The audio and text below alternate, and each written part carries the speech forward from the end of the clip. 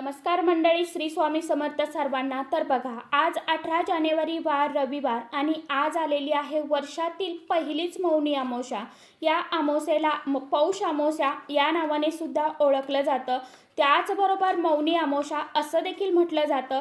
प्रत्येक महिन्यामध्ये अमावस्या तिथी जी आहे तर ती येत असते, परंतु प्रत्येक अमावस्या तिथीचं महत्त्व हे देखील वेगवेगळं असतं आणि मौनी अमावस्या ही इतर अमावस्यांपेक्षा सर्वात मोठी आणि महत्त्वाची मानली जाते।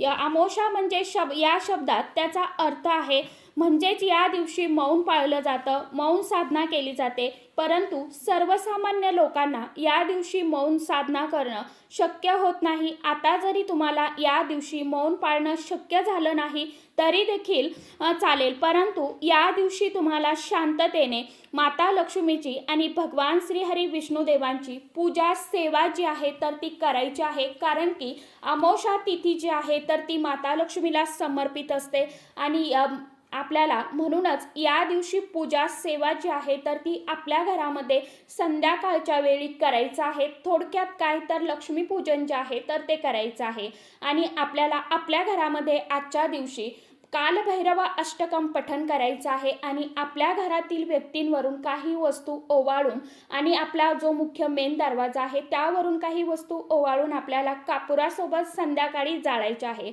आता कशा पद्धतीने हा उपाय करायचा आहे, सेवा करायची आहे, याविषयी डिटेल्समध्ये व्हिडिओ मी आपल्या चॅनलवरती शेअर केलेला आहे। ज्यांनी कुणी तो व्हिडिओ बघितला नसेल त्यांनी आवर्जून बघा। आता हा व्हिडिओ कसा बघायचा आहे, खाली तुम्हाला जो त्रिकोण दिसतोय ना त्या त्रिकोणवरती क्लिक करायचं आहे, म्हणजे योग्य त्या व्हिडिओची लिंक तुम्हाला मिळणार आहे। सर्वांना श्री स्वामी समर्थ।